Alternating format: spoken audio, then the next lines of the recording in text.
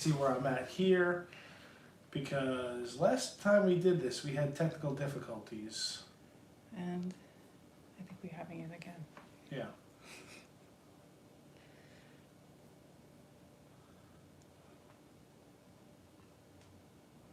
Here we are.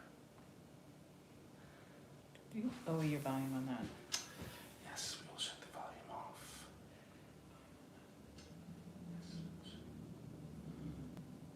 All right, everyone. So we've always had issues with going live. They always say that you have to download some software. I can never figure it out, so we always end up doing it on my phone. Hi, Kyle. Hello, the seventh son. Hi, Stephen. So today was kind of meant to be like a year-end wrap-up, chilling out, just having some ham.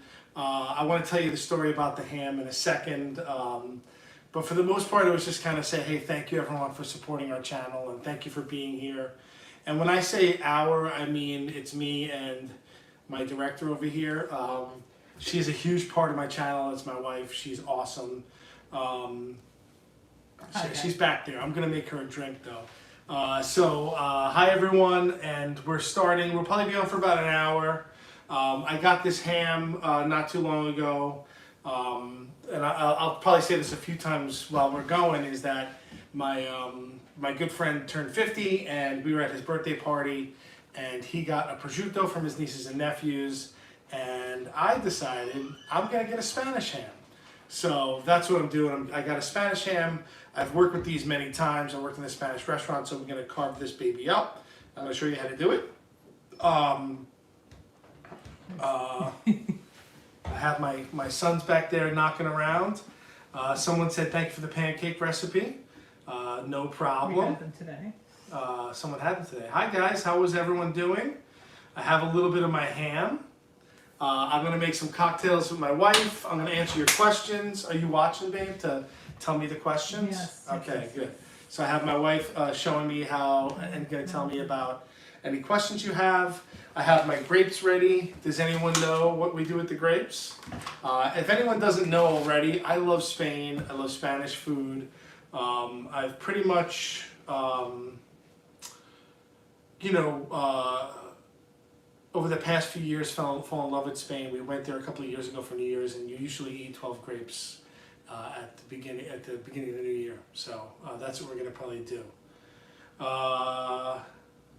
Yeah, so that's it. That's what we're doing today. I hope everyone has. Oh, Greg Polio! Holy cow! How you doing, Greg? It's been a while. So I'd love to answer your questions. If you have any questions, hit me up with that. For now, I'm gonna make a cocktail. I'm gonna make a cocktail for my wife first.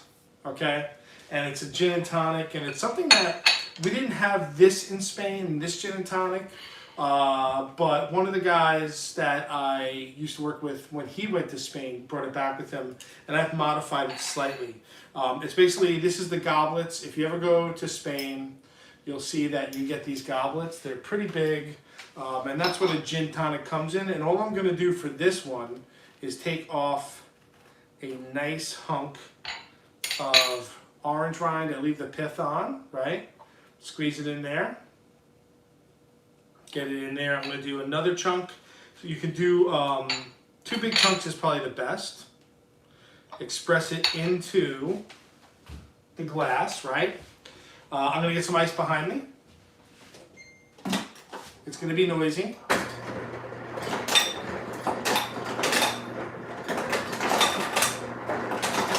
Right? So I have my ice in there. I'm going to get my tonic. I use, a lot of people use fancy tonics, right? For the most part, I like the Schweppes. I think it's a store. It's not a store brand, but it's kind of like an easy brand to find. I've had the Fever Tree, and I've had a bunch of other ones, but I think as a general good, kind of good basic tonic, this is it. I love it, right? We're going to use some of this Brockman's gin.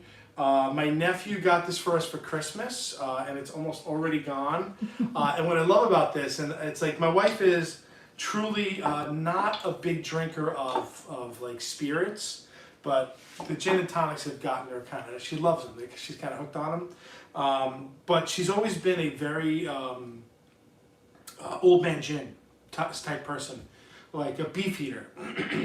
And I think beefeater is good. I love it. It's a good standard gin, but this one is like crazy. I'm gonna smell. And if you've ever smelled this Brockman's, it actually smells like blackberries and berries. It's really interesting. And she loves it, you know? So I'm gonna make her one with the Brockman's, right? I'm gonna just take some tonic. I'm gonna run it down my knife to the bottom, and this will give it a little stir. Just a little stir, and that's it. There's in the gin tonics that I make, there's generally no citrus, right? And yes, the botanist is lurking in the background because the botanist is what I'm making my martini out of. Okay, and this is a huge ham leg. Yes, this is a jamon serrano. I got it because I was jealous that one of my best friends got a prosciutto for his birthday. So we're gonna have this for a little while. So that's my wife's gin and tonic. Thank you. I'm handing it over. I want to see your hand. You don't have to show your face, right? Thank you. I'm going to make a martini for myself. I'm going to ice my glass down, and I like a dirty martini. Get the ice. Right? And I like it super dry, which means no vermouth. I'm a gin martini guy. I've always been a gin martini guy. I have my shaker. I'm going to put olive juice. I have some nice olive juice here. You notice I ice my glass down first. I like my glass to be nice and frosty. I'm going to use a little of the botanist gin. It smells so good. This was a gift from one of my coworkers. I give her cheese and she brought me gin. I'm gonna probably do a good 3-ouncer. No, that's about. I'm gonna do probably about 4 ounces there. That's a 2-ounce pour. I went a little heavy there, but it's a big glass. So I got my my olive juice. I got my ice. I'm gonna ice this sucker down. Any questions, Ben?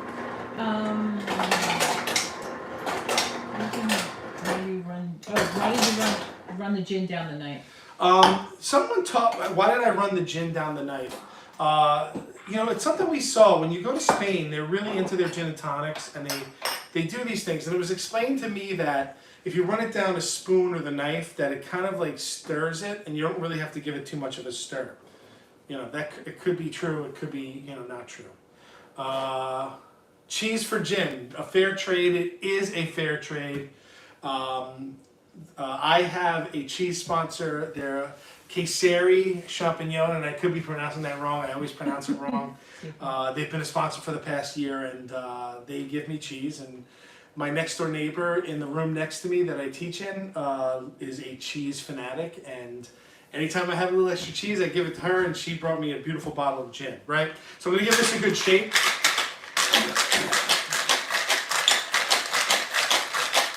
Get in there, really get it frosty. I want this to get super frosty. Right? I'm gonna dump out my iced glass. Right? I'm gonna put my olive garnish in there because martini is the best served icy cold. Right? If you don't have a shaker, you can easily just stir this. Does anyone know why James Bond liked his martinis shaken and not stirred? If you do, put it in the comments. I know why. There's a reason that he likes his martinis shaken. And I chose a martini for this because, you know what? It's New Year's Eve.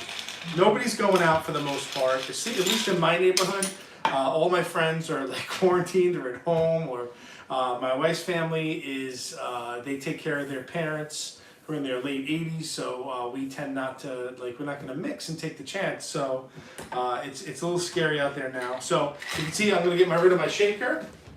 And we're gonna cheers. Come on over here and cheers, my love. Yeah. Cheers to everyone. I hope everyone's gonna have a happy and healthy New Year. Dora will come down and have a drink.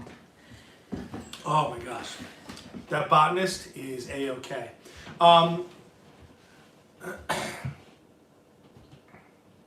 He only took 1 sip.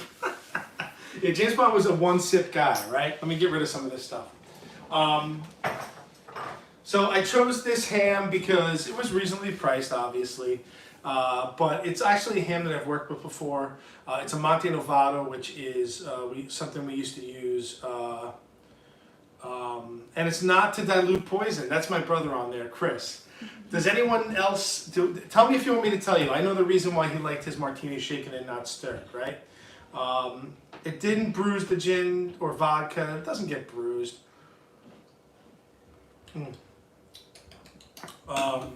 Let's see. That is a good martini. It's nice and cold. Okay. So I got that ready to go. And part of doing this was to kind of just like be like, hey, thank you. Thanks for watching. Thank you for being a supporter. You know, I'm going to try some ham. We're going to eat a little ham with you guys on here. If you've never had a Spanish ham, and I know a lot of Italians might take offense to this, but Spanish people do ham better than Italians. And I'm half Italian. They just tend, it's a ham culture. Like wherever you go, you can get a ham like this in a supermarket. You can get a ham like this. And we saw it in a gas station. We saw it in a gas station, right? We took a break in the gas station. So for the most part, we found something that we kind of like thought was good, and it's a brand of ham that I've used before when I worked in Spanish restaurants. Serbia. Hi, Serbia. That is one ham. Yeah. Actually, someone said everybody loves duck sauce says less watered down. But here's a hint. No? When you shake it, it gets a little more watered down. So why did he want them shaken? We wanted less alcohol. Because, for the most part, James Bond was a spy, and he wanted to get drunk. So the more water in this, the less drunk he got. So that's why he liked them shaken and not stirred. I know a lot of dumb stuff. Yes. I don't know if your son wants a drink. What if it's a Star Wars? If he does, he can go. Yeah, he gets less drunk, basically. And that's what we're looking at. Like, James Bond basically wants to get less drunk. Okay? So, basically, what I want to do is cut this ham up, right? And if you haven't done this before, it could be a little challenging, right? But the ham has a couple of different sides, right? I find this top part of the ham where you have a little bit of a crown is always a little meatier. There's a bone going through it here on this side. Everyone always says start from this bottom side. Every part of this ham has kind of a different flavor, which is kind of cool because there's parts that get drier, there's parts that that have a little more salt to them, and it's kind of cool the way this one ham has a lot of different flavors to it. What's cool about this ham too is that you can pretty much use every part of it, right?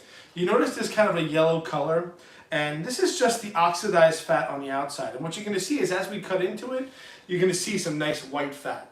I tend not to eat the yellow fat, right? You can render it out. Excuse me, I'm burping. My wife always gives me a hard time Oh my God. whenever they're filming and I burp, right? Someone say hello from Chile, from the UK, from Australia. It's 9 a.m. in Sydney. It's not too early for gin in Sydney. You should have some. Finland. Hello, Finland. 5 o'clock somewhere. And the ham is about 16 pounds, by the way. So I tend not to eat any of this kind of like, it has some like fat that's kind of rubbed on it to keep it from going bad. I tend to kind of stay away from that stuff. So we're going to eat the nice ham with the nice fat. I'm going to start at the meatier side. Just because like I want to dig in and get a nice meaty piece of ham, right?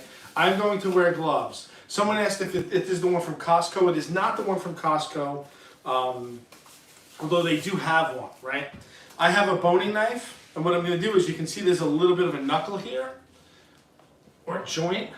Should I zoom in or no? No, you don't have to. I'm going to cut through that joint, make kind of a little bit of a notch, right? You can save all this stuff. I'm not going to throw any of it away, right?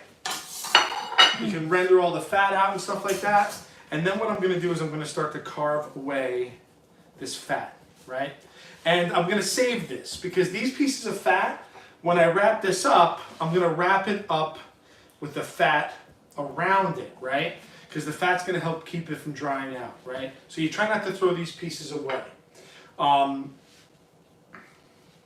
try and save all of the scraps, right? Hello from Chicago, India. Chicago and India. Hello, everyone. I hope everyone's having a great New Year's Eve. We're keeping it light here today, just for the fact that, COVID's on the spike in Connecticut. I live in Connecticut, so it's kind of spiking, so we're trying to keep it light. We're supposed to hang out with friends, but they were exposed, so we're just kind of like,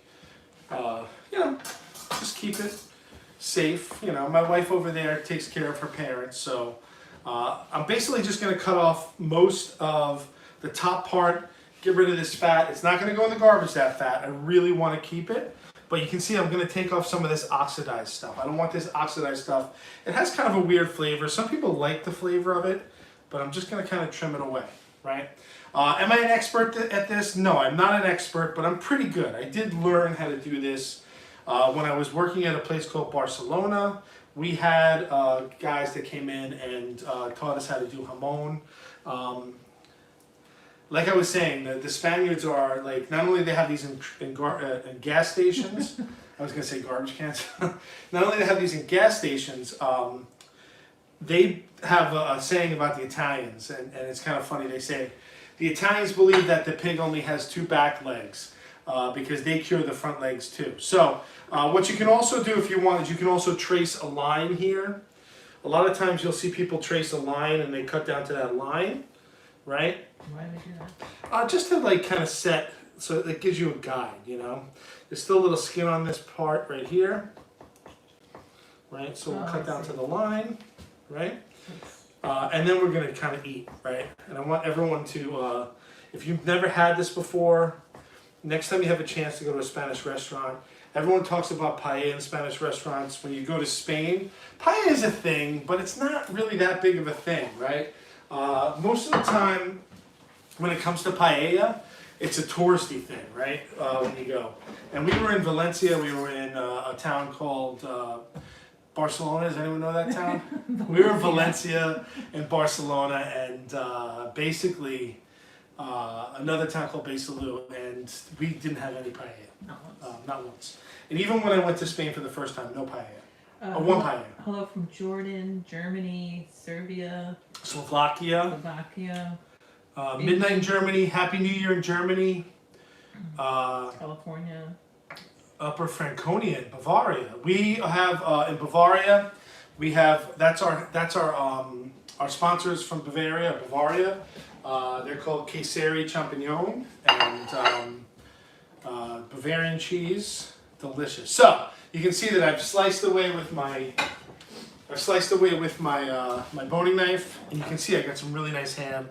And I'm gonna leave this, try and leave some of that on there, some of the oxidized stuff, and we're gonna start to slice, okay?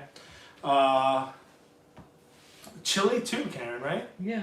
Paella is the best mixed or seafood. You'll see that in Spain too. They don't mix their seafood and their chicken and stuff like that. It's usually just like meat or fish. Not only that, it's a home cook. It's a home meal. It's more like a home meal, right? You go to the house and they'll cook it for you. It's not necessarily somewhere you want to go for a restaurant. And I feel like a lot of people go to Spain and that's what they expect. But there's so many other great things. Like you go to the markets, you can sit at stalls at the markets. And we did go. What was the big market?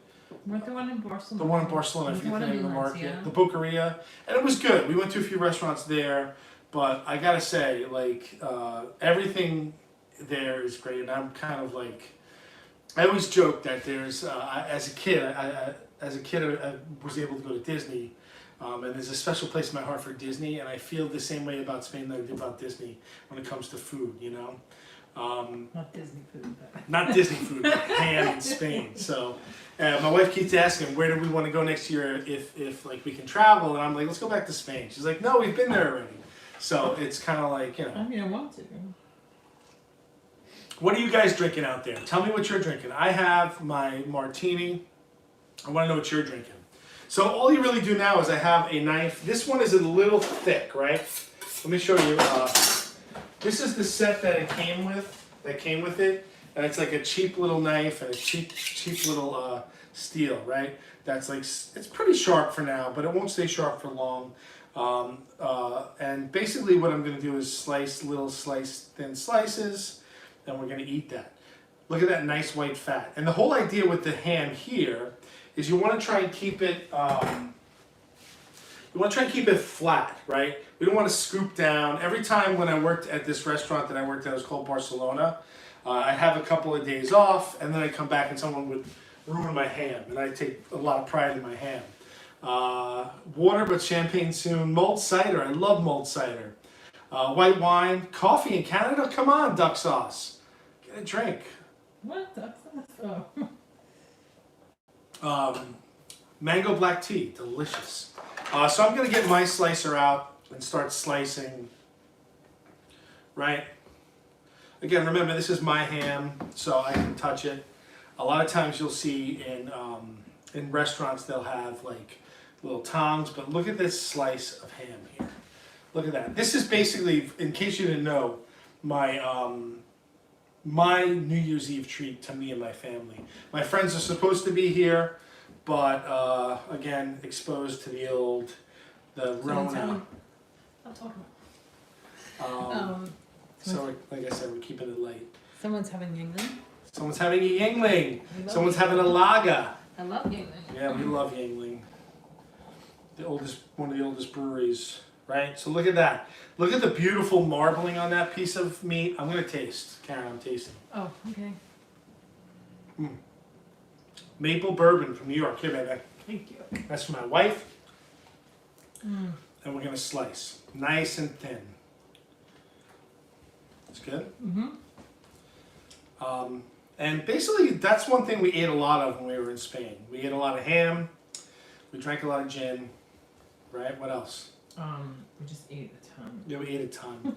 Even the fast food there was there. If you ever been to a place called 100 Montaditos, who's drinking grape juice? Come on. Someone else is drinking milk. You drinking milk on New Year's Eve? I guess, if you're not a drinker, if you can't drink booze or don't drink booze, I guess you'd be drinking milk.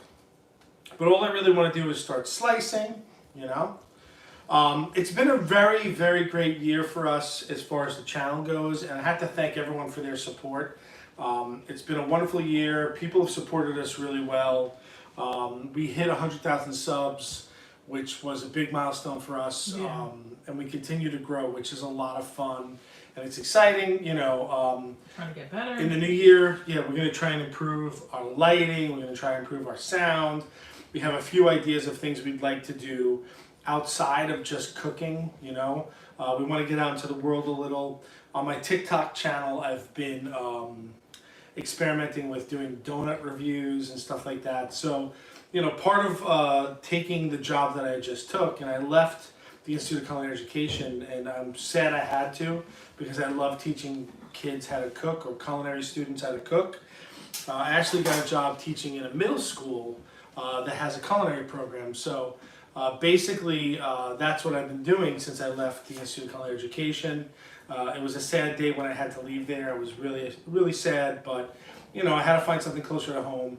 But what this offers me is a chance to teach kids at a younger age about good food, which I'm really excited about. Well, William wants to know, are they going to learn how to slice ham at school? They're probably not going to learn how to slice ham at school. I don't know that I have A budget for that. I don't know that I have the budget for slicing ham in school, but for the most part, that was kind of the impetus, was for me to get into the world a little more.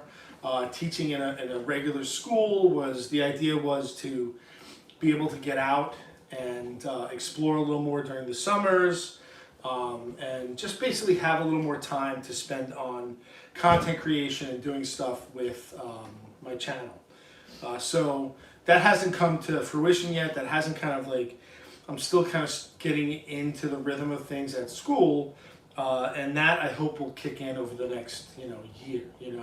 We've tried to do a lot of different content. We've tried to have a lot of fun with content, and that's kind of the idea for the year, is trying new stuff. I'm gonna eat an olive. Try some new stuff. Maybe get out into the world a little more, and basically, do some more content that's interesting to you guys.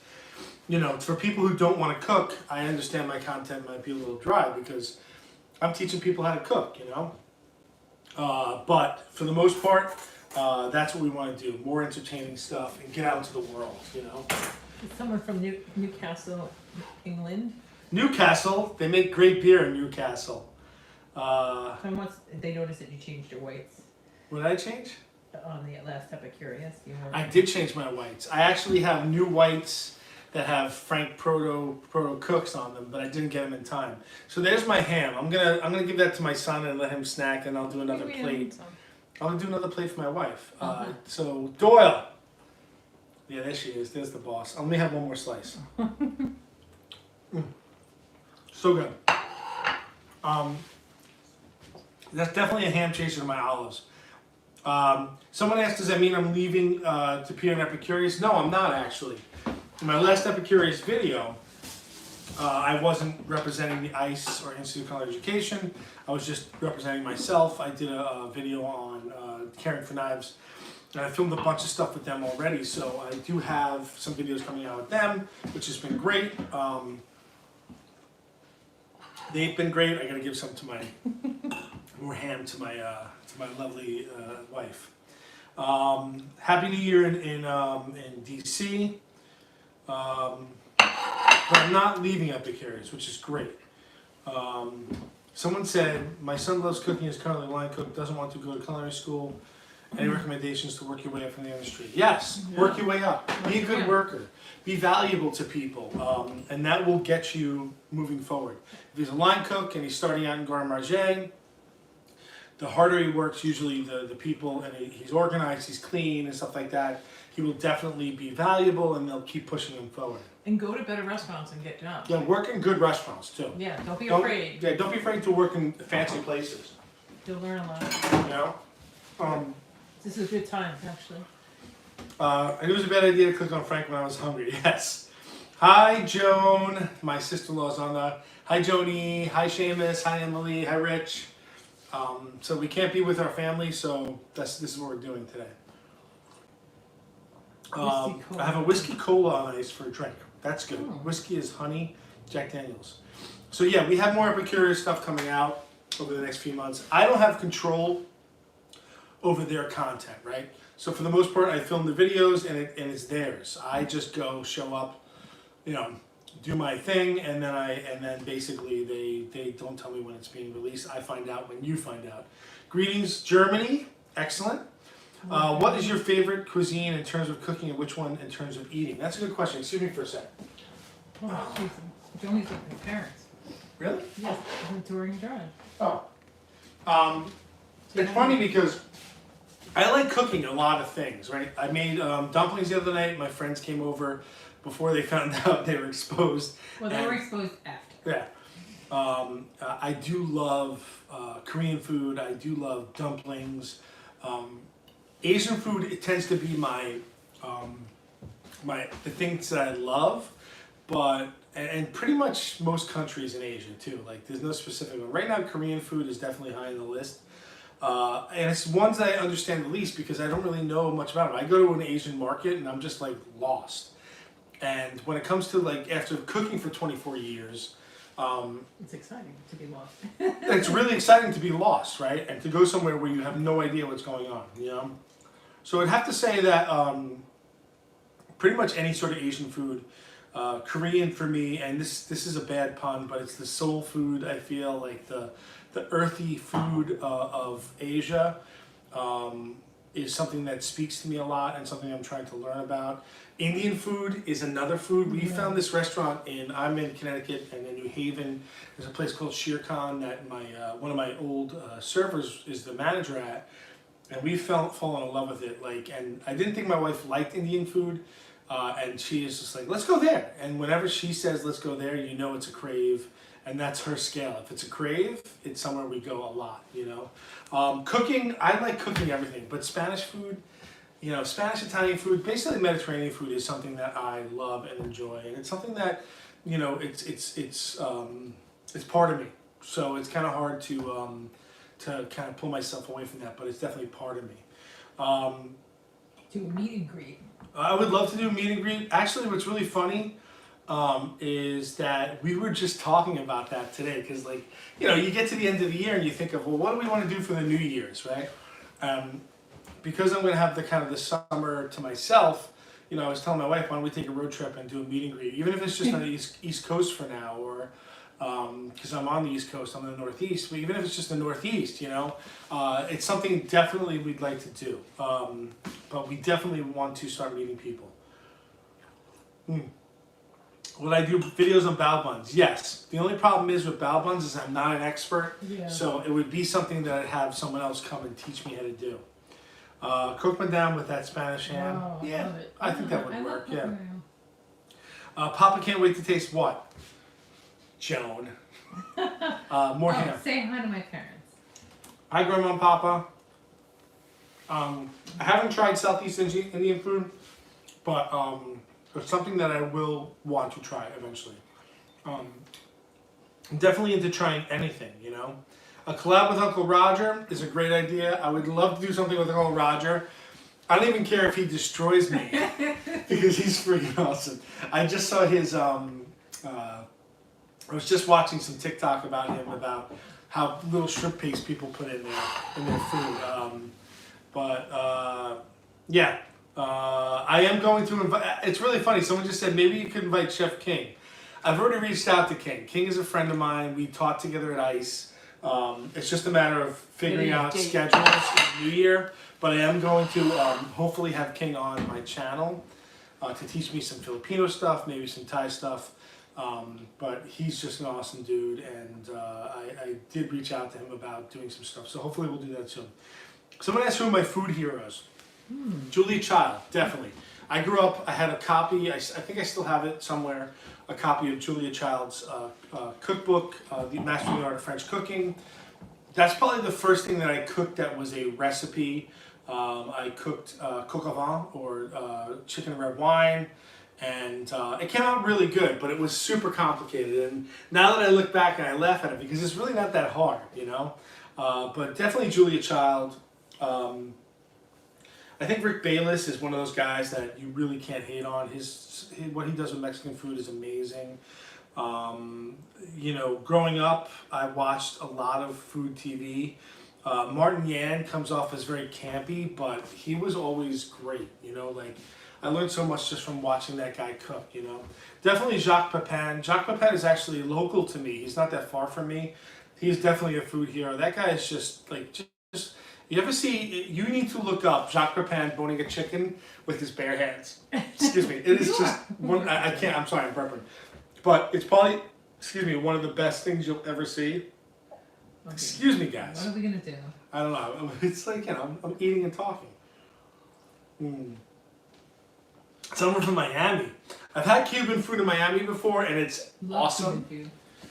Cuban food in Miami. I was working with this guy, Mark Murphy. I worked with Mark for many years. He's kind of a famous Food Network chef. And we did a food event down there once, and every morning we would get like some lechon or some pork, some black beans and rice, and a fried egg on top. It was probably one of the best breakfasts you'll ever have, you know? Paul Bocuse, I guess, would be a hero, but he's not really contemporary to me. I think Paul Bocuse, we were aware of Paul Bocuse at the time, but I never really thought of him as someone that I looked up to. I think he was amazing, definitely. He's Nouvelle Cuisine, you know. How could you hate on Paul Bocuse? His son actually went to my school, and, you know, it was more of a, hey, look at that guy, he's kind of cool. It was never someone I really looked up to all that much. Man, I'd love to see you get Chef Saul on your channel. I would love to get Saul on my channel. I've never met him. It would be something that I'd love to do. So someone wants to see Boeuf Bourguignon. That's a good call. I'd love to do Boeuf Bourguignon. Have I visited the CIA in Hyde Park? I visited there because I went there. Yeah. I was there for about 2 years. I've been back a few times with my family. We've eaten dinner and lunch there. Yeah. I hope to go back one day soon. But, you know, oh yeah, that's a good one. Someone said, what about Ferran Adria? Absolutely. Jose Andres, Ferran Adria, amazing. We were at, my wife and I were at, when this place in Manhattan opened before the pandemic, called Mercado Little Spain. And it's like this, it's like an Italy for Spanish food, and it's pretty amazing. And we're walking around, and we are looking at the bar. There's a bar there, and there's a velvet rope. Sitting behind the velvet rope is Ferran Adria, and Jose Andres having like food together. I'm like, Karen, you don't even know the amazing amount of talent in that little area. Yeah, definitely Fernando Andrea and Jose Andres, definitely big time. Maybe not inspiration for me, but definitely heroes in my mind, you know. Yeah, sure. Would you consider quitting being a culinary instructor if your YouTube channel grows big enough? I don't know, we'll see. I take everything as it comes, you know. Yeah. Cuban from La Carreta. I've actually been to La Carreta in Miami, and it was really good. Another guest chef idea, Claire Safitz. You could challenge her to cook something challenging and then get to bake something. I would love to have Claire on here. Definitely would love to have any of those Bon Appetit people that left on here. What's the most recent dish you really messed up on? What did I mess up on recently? Whenever I mess up, I'm going to tell you this. It's kind of funny because usually revolves around salt. I might have over-salted a few things recently. Oh. I don't mess up a lot, and that's not being conceited. That's more of like I think that like your dumplings the other day. You're like, oh, there's something not quite. Oh yeah, I made dumplings the other day, pork dumplings and shrimp dumplings, and I felt like the texture was off. So it's not really necessarily a mess up. They're still tasty, I mean, delicious. but they needed something. There was something wrong with the texture, you know. Gee, come. What else? What's on that counter? What is that on your counter? This is a jamon serrano. So we're going to go back and tell the story again because I started earlier. My good friend just turned 50. His name is Rob Tonelli, and I've known him since the 7th grade, been good friends with him since the 9th grade.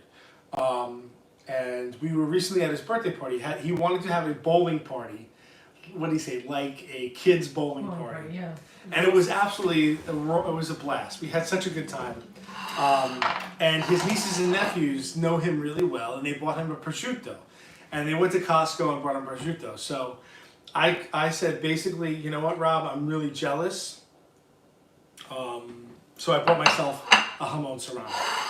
And my wife's like, you know, she just knew it was going to happen, you know. And what's great about these jamon serranos, or at least the jamons on the bone, is that they can stay at a room temperature. They don't go bad. As long as you cover them, I save some of the fat. It'll be good for the next few months. So basically, I'm going to be eating a ham for about a month. Someone said, is there any chance we get Need Salt aprons? No. That's part of our plan for this year, is to get a little more merchandise out there that's more interesting.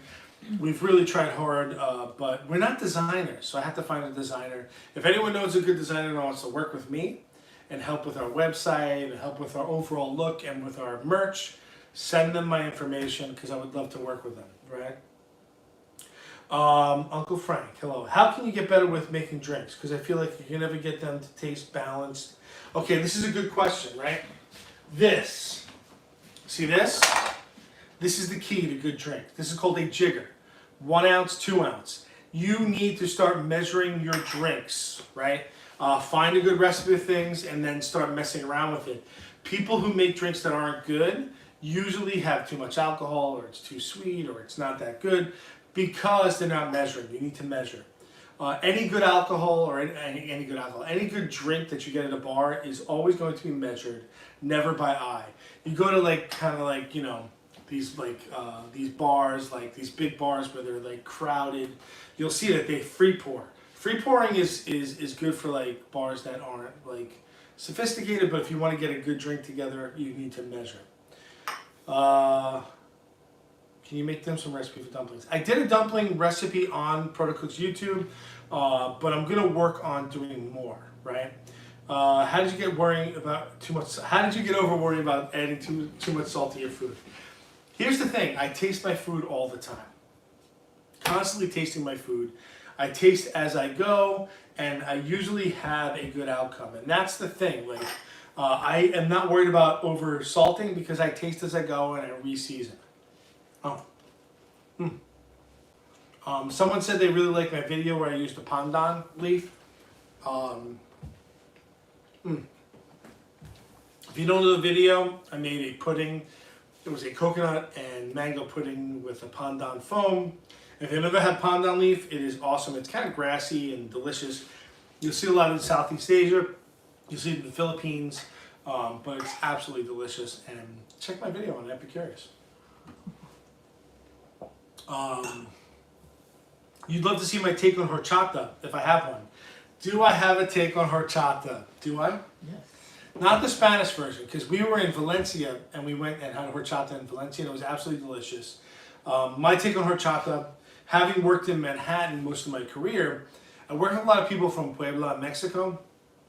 So I have a ton of people teaching me how to do things and stuff like that. But Mexican horchata, I'll do a video on it because I think I make a good horchata for a gringo. I make a really good agua fresca. But horchata is one of those things that I will make for you. Yes, that's coming. Someone Right? has a rabbit in their Someone has a rabbit in the freezer. What's a good dish I can make that's easy for my wife to intro try? So if your wife has never had rabbit, I always like to make a rabbit ragu. My nephew actually said the other day to me, we were there for Christmas. He's like, I made a cavatelli with rabbit, like a rabbit ragu, and he still thinks about it. And I, for the life of me, can't remember what I did with it, but Is it at one of the restaurants? probably one of the restaurants I worked in.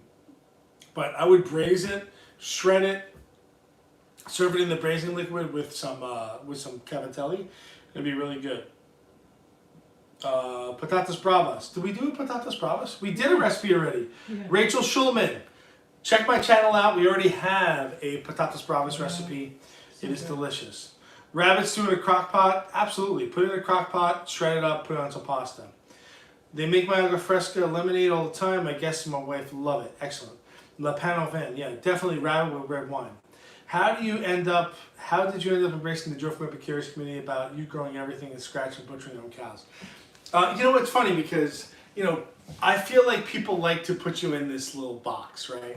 And I don't have a problem with it. I think it's kind of funny is that as chefs, we tend to try and go for the things that are very kind of like small and the best items for things. So I embrace it because, yeah, as a chef, I want to get that artisanal butter. I want to get the best vegetables as possible. So I embrace it for that reason because as chefs, that's what we do. That's what we want.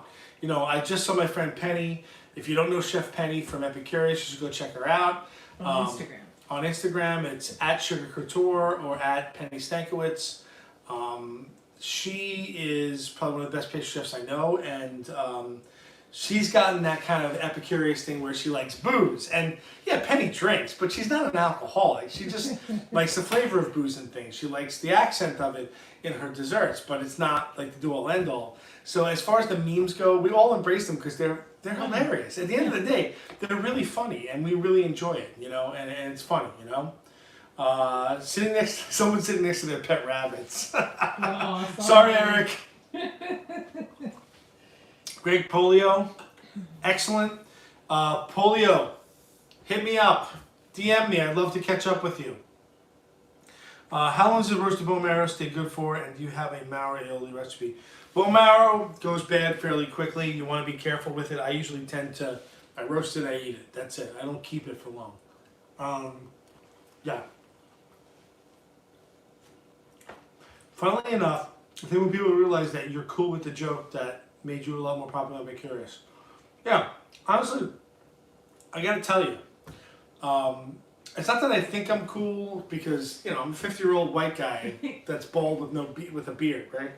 I don't think I'm cool, but at the end of the day, I'm pretty easygoing, and when it comes to food, I have standards that I keep, but I'm also aware that, a lot of people do a lot of different things, and I'm always open to suggestions. I'm always open to criticism. I'm always open to advice, there's a lot of people out there that this is how it's done, right? We do it this way, this is the only way, and I've never been like that. For me, it's kind of like being a chef, being anything, being an artist is always evolving. And when someone says this is the way it's done, it's always been like a marker for mediocrity to me, like you go to a place and they say, this is the way we do it here, and there's no room for interpretation, there's no room for learning and moving around. Like that to me is a problem, and I have a problem with that. So But you do respect traditional ways of doing things. Are you chefs, employees, or Epicurious, or do they just hire you per video? Yeah, it's a per video thing. We're not employed by Epicurious. So what's your best episode of Cook Swap Ingredients? For Best, me. like, for you, what did you enjoy the most? What's the best one? I mean, I really think that some of the first ones are really good, especially the steak one with Lorenzo and the burger one. when you used to get to meet them. Yeah, I you know. Now you're getting to meet them again, right? Getting to meet them again, but for the most part, I think the burger one with Lorenzo is good because Lorenzo is. I feel so bad for the guy because it was during quarantine and he had to. Like, Oh my God, he was doing it. For he was 12 like, I hours. think he was there for 12 hours doing it. The And I don't like camera, I don't like revel in the fact that he had to do it for 12 hours, but I do think that that's satisfying to me because he stuck with it. he stuck with it and he tried really hard. And Lorenzo, if you know him, if you've met him, he's just an awesome guy. And like, you know, I don't feel bad. I feel bad like making him go through that, but I also feel like that comes off. When you watch that episode, you see that he's put a ton of hard work into it. Yeah. And I really love that one. You know, and like I said, Lorenzo's is awesome. You know. Do I ever get to cook? Huh? What'd you say? It says wife. Where did it say that? Oh. Am I allergic to anything? No, I'm not allergic to anything. Someone said I always had to convince that I like to torture Lorenzo. No, I don't like to torture Lorenzo. Lorenzo is awesome. I love the guy. Like I got to see him for the first time in like a year and a half, just recently, and he's just a great guy. And He's talented. he's talented. Like he's just funny and talented and heartwarming and just a great guy. And I don't want to torture him, but I do want to challenge him. So that's the whole thing with that, you know. As your wife, did she do that? Do I ever get to cook? My wife is a really good cook, which is really funny because she comes from a family of 8 kids. She's one of 8 kids. Her mom and dad are from Ireland, and good food is not. Don't say anything about No. Just hear me out. They like good food, but for the most part, her parents are meat and potatoes people, right? So, do they like good food? Yeah, but was it part of their everyday life? No, food was sustaining them. It was like they're from farming stock. So, but my wife knows what good food is. She's always been very like not picky, but very like in tune with what's good. You know. So. Well, my grandmother was when she came. It has nothing to do with it. You don't have to talk about that. Well, so. But my wife is definitely a great cook. And, Well, I cooked. she cooked last week, which was amazing. I'm Well, like, what'd you make? So when the kids were little, I cooked every night. Because you were working. Yeah, when my kids were young, I worked every night. She was cooking for them. They loved their food.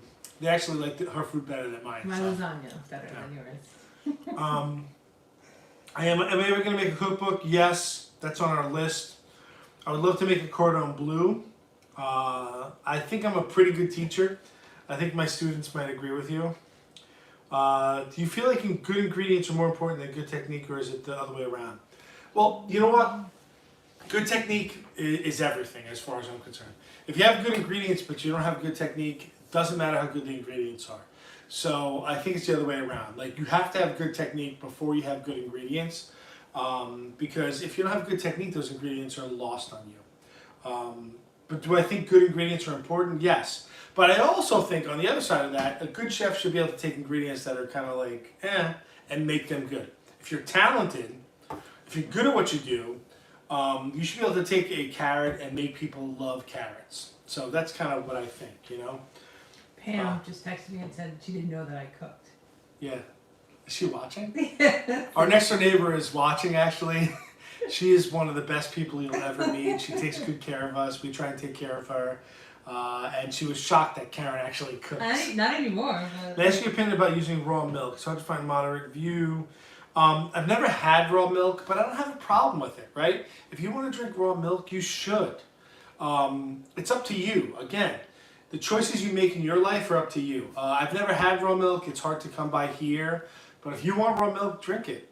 It's up to you. It's your chance, you know? Would you do live cooking shows? Would I do live cooking classes? Absolutely. This is why I wanted to do this too, is kind of get your opinion on things.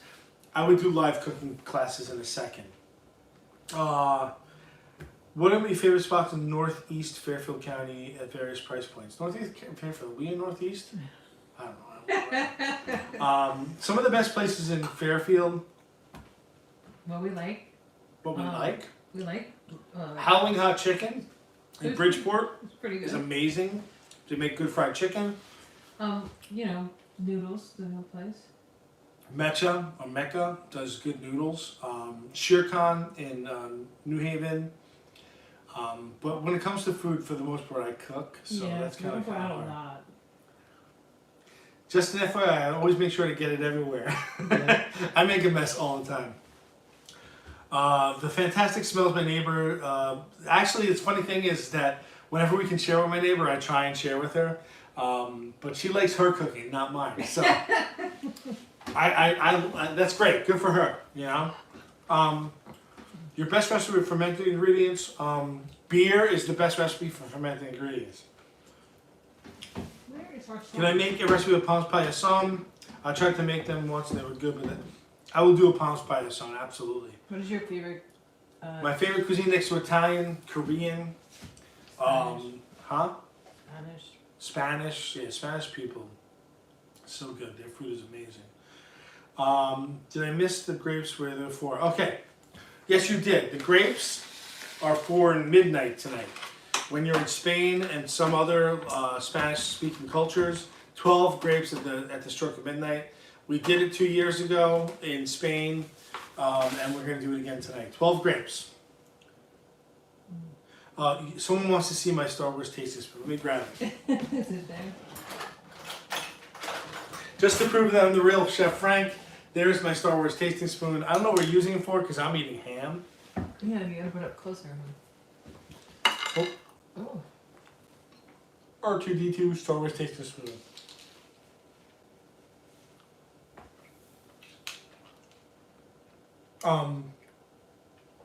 Someone said I love Vietnamese and Thai. Yeah. Have I tried Persian or Iranian foods? Yes.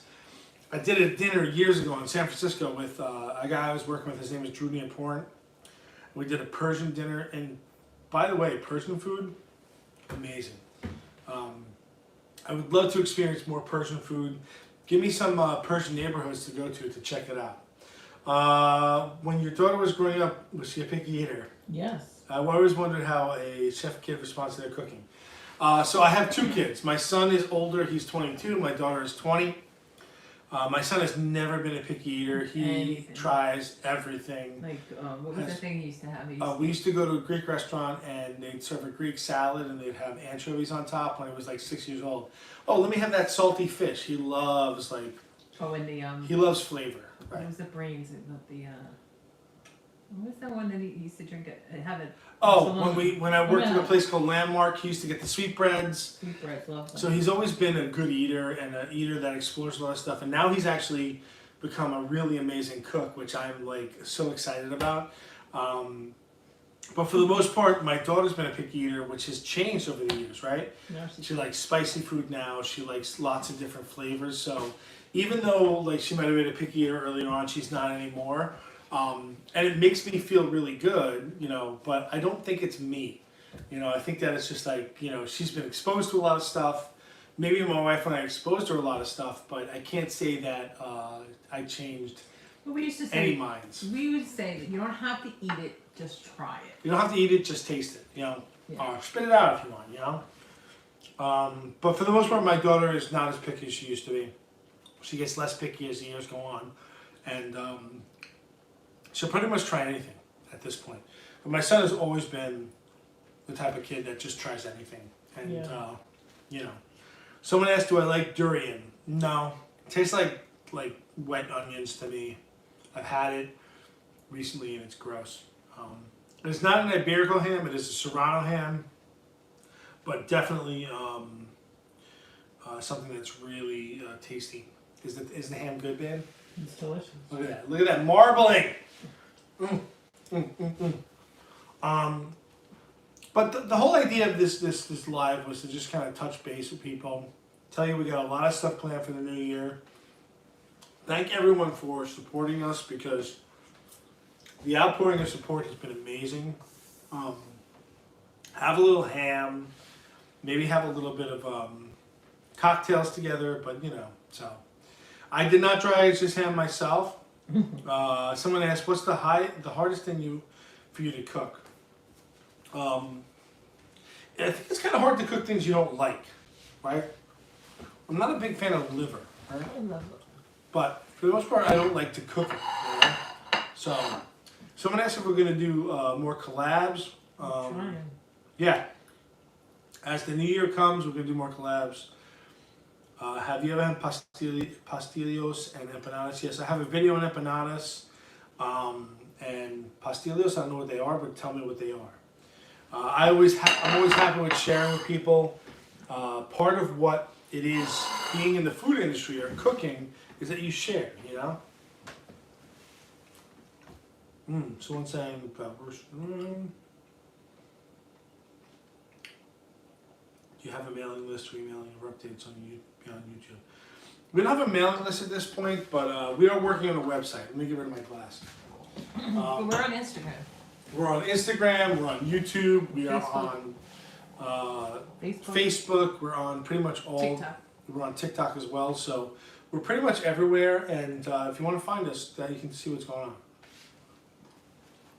What's the one thing you wish you could cook often but don't?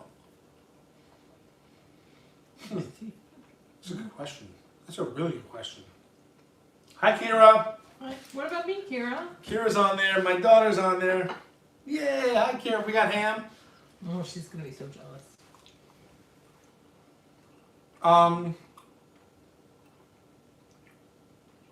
But one thing we wish we can cook, but don't. I like seafood. We make oysters occasionally. More oysters, right? We got to do more oysters.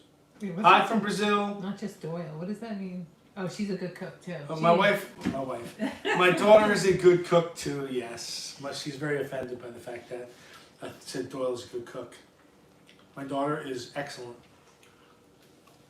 I have Twitter as well, so. You're on Twitter? Yeah.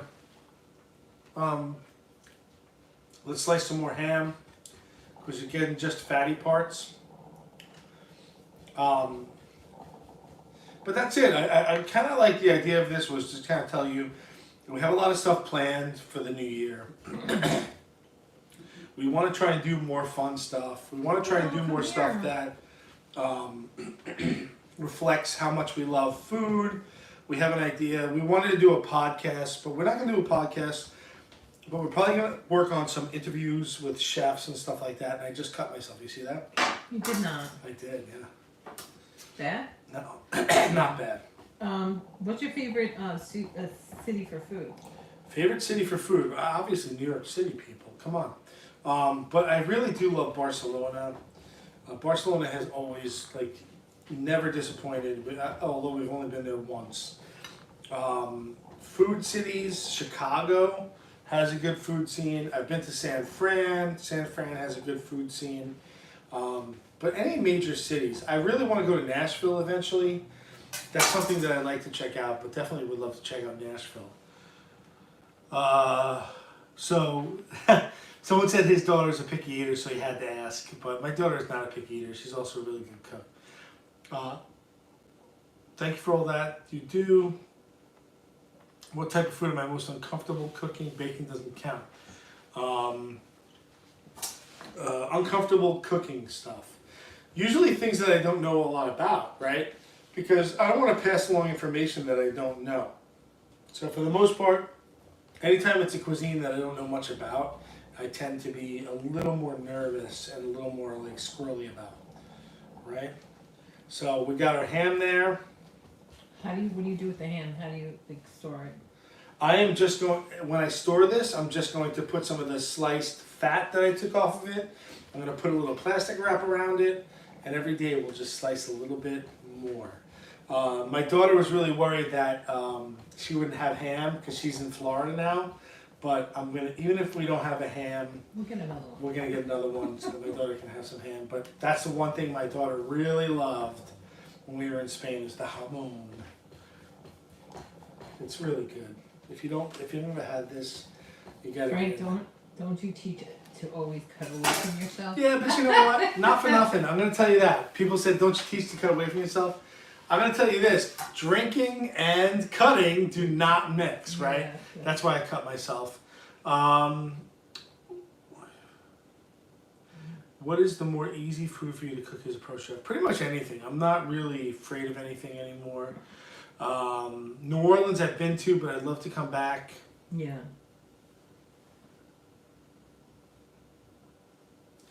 I don't know who that is. You can make a video on dairy alternatives. We could do that too. But someone's back. Will you come to Chihuahua, Mexico? Would I love to come to Chihuahua, Mexico? Absolutely. Have good friends that my friend Carmela is from Guadalajara, and we've been trying to go to Guadalajara for years. So maybe if we go to Guadalajara with Carmela and Marco and the girls, we will be able to check out Chihuahua as well. Right, so let's slice this ham. And I think we're almost there, right? We've almost been on for an hour. I wanted to say thank you to everyone for 100,000 subs. I wanted to say thank you for everyone for supporting us. I really love the fact that this is a community and that everyone is enjoying what we do. Well, maybe not everyone. There's always someone that doesn't enjoy what you do. But I definitely want to encourage everyone to keep talking to me. I try and answer as many comments as I can, just for the fact that I want to hear what people have to say. Honestly, negative, positive, I don't really care. I just like the fact that people want to talk with me and just keep in touch. And like, you know what, as a chef, I understand that I'm not always right. Sometimes I give the wrong information and I'll always own up to that. But for the most part, I want to thank everyone for supporting us. I hope everyone has a happy new year. I hope everyone has good fortune in the new year and stays safe and stays healthy. But definitely would love to hear what you all have to say. You can always get back to me on the messages, on comments. I'm on Instagram, I'm on YouTube. So anytime you want to kind of touch base, just hit me up. I try and answer as much stuff as I can. But that's it. That's pretty much what we're doing for our live. I hope everyone has a happy new year. I hope everyone really enjoys the time with their friends and family. That's what I'm going to try and do, especially tonight. Someone said, am I related to Frank Pearl, the composer? I am not. He is a jazz musician. I'm definitely not related to him, but I see him all the time. On internet. Someone said vegan, but you have a couple of vegan stuff. I have a bunch of vegan stuff on my channel already. It's not necessarily vegan, it just happens to be. Well, it is vegan. It just is food that I grew up with. Yeah. I grew up with Italian food, and a lot of Italian food tends to be, believe it or not, vegetarian and vegan because protein is expensive. So for the most part, if you look at some of my videos, you will see vegan stuff and vegetarian stuff. More by default and deliciousness than actually they are specifically vegan because they're just delicious, you know?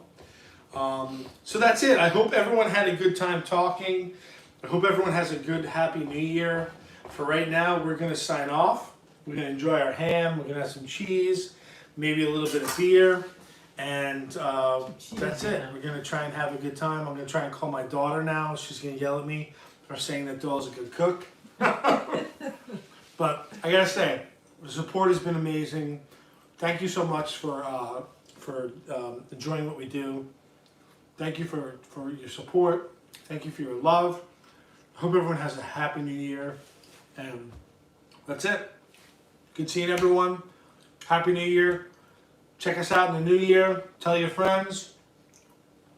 Have a good one.